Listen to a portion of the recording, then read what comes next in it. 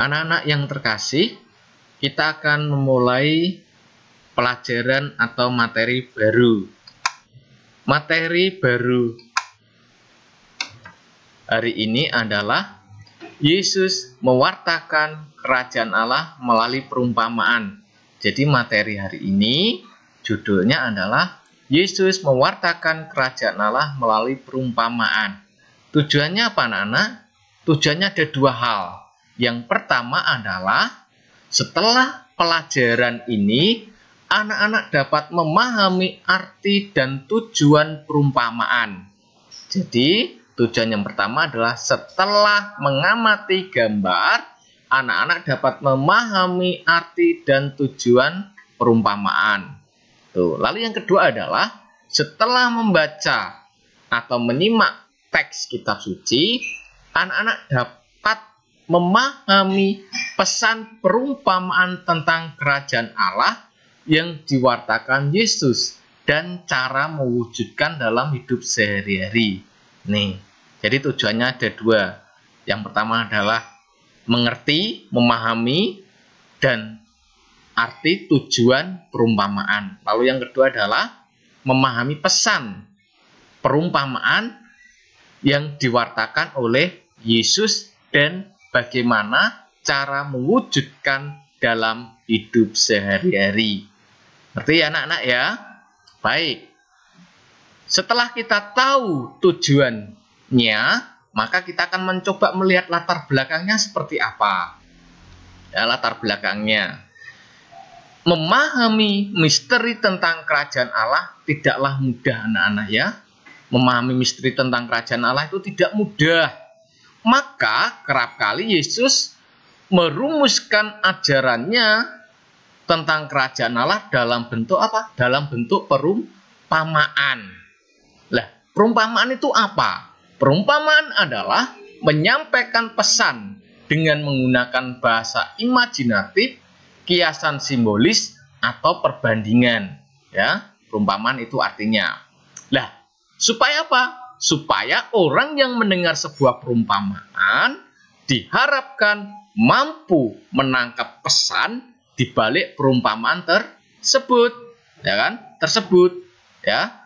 Demikian juga Yesus dengan menggunakan perumpamaan, orang yang mendengar ajarannya diharapkan dapat lebih mudah mengerti, memahami, dan melaksanakan ajarannya dalam kehidupan nyata.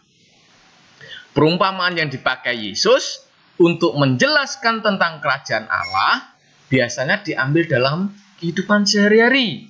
Ya, itu misalkan ketika Yesus berhadapan dengan para petani, maka Yesus menggunakan perumpamaan tentang biji sesawi, ladang di antara gandum, pembajak sawah, penabur benih, dan sebagainya. Ini kalau berhadapan dengan petani. Tetapi Yesus kalau berhadapan dengan nelayan, maka Yesus menggunakan perumpamaan tentang pukat, jala, dan sebagainya. Dan anak-anak masih banyak perumpamaan-perumpamaan ketika Yesus mengajar tentang kerajaan Allah. Mengerti ya anak-anak ya? Oke, anak-anak. Untuk memulai pelajaran pada pagi hari ini, kita akan berdoa, kan? Supaya apa? Supaya Allah Tuhan menyertai, membimbing pelajaran yang akan kita lakukan hari ini. Doa masih Bapak pimpin secara Katolik bagi anak-anak yang beragama dan berkeyakinan lain untuk menyesuaikannya. Maka mari kita hening sejenak.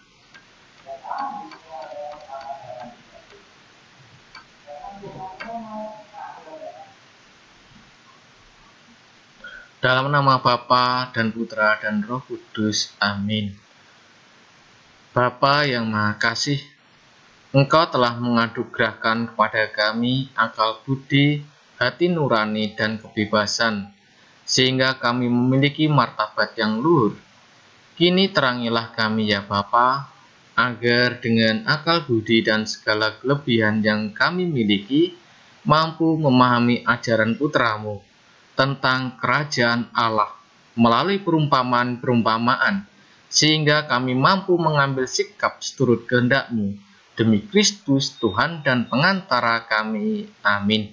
Santo Fransiskus Xaverius, doakanlah kami. Amin. Dan Bapa, Putra, dan Roh Kudus. Amin.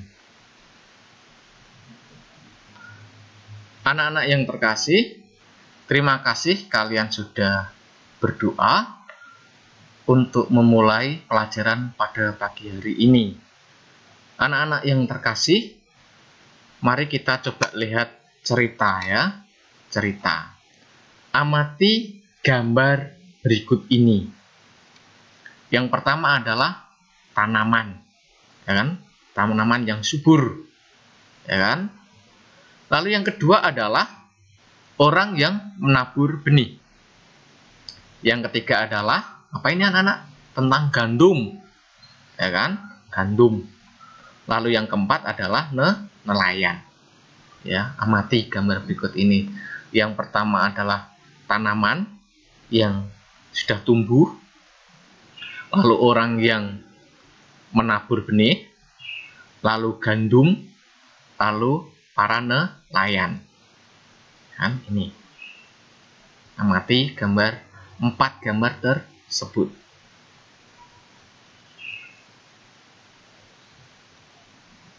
Oke, sudah? Baik. Jika dihubungkan dengan pewartaan Yesus, pertanyaan seperti apa yang bisa kita buat berdasarkan gambar di atas?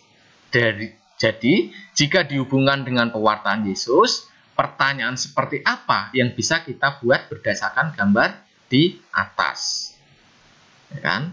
Bapak akan bantu. Nanti anak kalian akan membuat 4 soal. Ya. Bapak akan bantu 3 soal. Yang pertama, mengapa Yesus mengajar menggunakan perumpamaan? Ya kan? Mengapa Yesus mengajar menggunakan perumpamaan? Lalu yang kedua adalah apa arti perumpamaan? Ya kan? Lalu yang ketiga adalah sebutkan dan jelaskan aspek-aspek dalam perumpamaan. Ini 3. Maka anak-anak nanti membuat 4 pertanyaan dari 4 gambar. Jadi membuat pertanyaan dari 4 gambar. Bukan 1 gambar, 1 pertanyaan ya. Bukan. Tetapi 4 gambar dibuat menjadi 4 pertanyaan. Ditulis, ya kan? Difoto, ya kan? Terus dikirim ke Bapak. Bisa lewat WA ataupun bisa lewat Classroom kalau ini ya. Kalau tadi tugas-tugas yang tadi yang belum itu lewat WA. Tetapi kalau yang ini lewat WA ataupun bisa lewat Classroom. Mengerti ya anak-anak ya? Kalian membuat 4 pertanyaan dari 4 gambar. Cepat ditulis dan dikirim supaya tidak menunda-nunda. Paham ya anak-anak ya? Oke. Baik. Peneguhannya seperti apa anak-anak? Ya, peneguhan pesannya apa? Yesus mewartakan kerajaan Allah menggunakan perumpamaan. Ini materinya.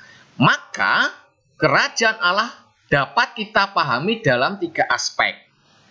Yang pertama adalah kerajaan Allah itu proses. Kerajaan Allah itu proses. Contohnya apa kalau dalam teks kitab suci? Ya, penabur, biji sesawi, benih yang tumbuh, ragi dalam tepung. Ya, kerajaan Allah itu proses. Lah, maksudnya apa? Maksudnya adalah ya kan, kerajaan Allah itu akan ditegakkan oleh Allah. Kita tidak boleh berkecil hati atau gampang putus asa dalam merintis kerajaan Allah. Dengan pantang menyerah akan menghasilkan buah panen yang berlimpah melebihi apa yang diperkirakan manusia. Jadi proses. Jadi kerajaan Allah itu ditegakkan oleh Allah. Kita tidak boleh berkecil hati, putus asa dalam merintis kerajaan Allah. Ya kan? Nanti akan menghasilkan buah panen yang berlimpah seperti padi, ya kan? Penabur, biji sawi dan lain sebagainya. Paham ya? Ini yang pertama, aspek yang pertama.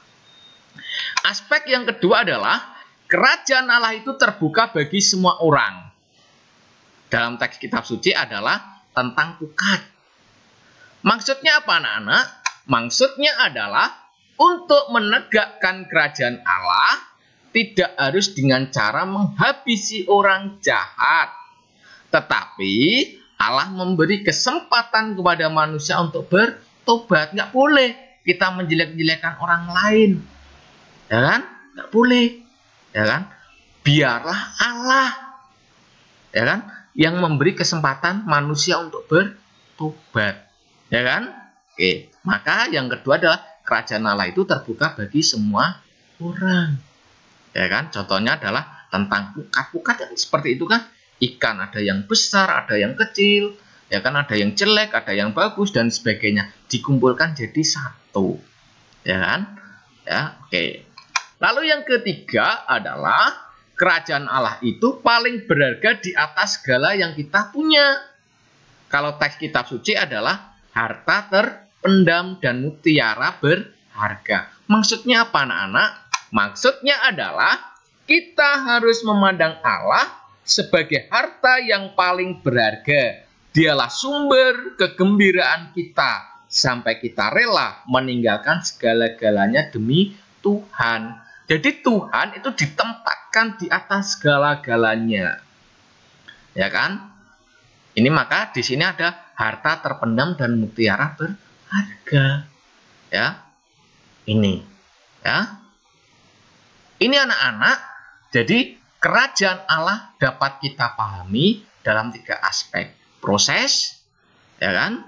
Terbuka bagi semua orang, berharga di atas segala yang kita punya. Paham ya anak-anak ya? Oke, itu saja anak-anak materi pada pagi hari ini.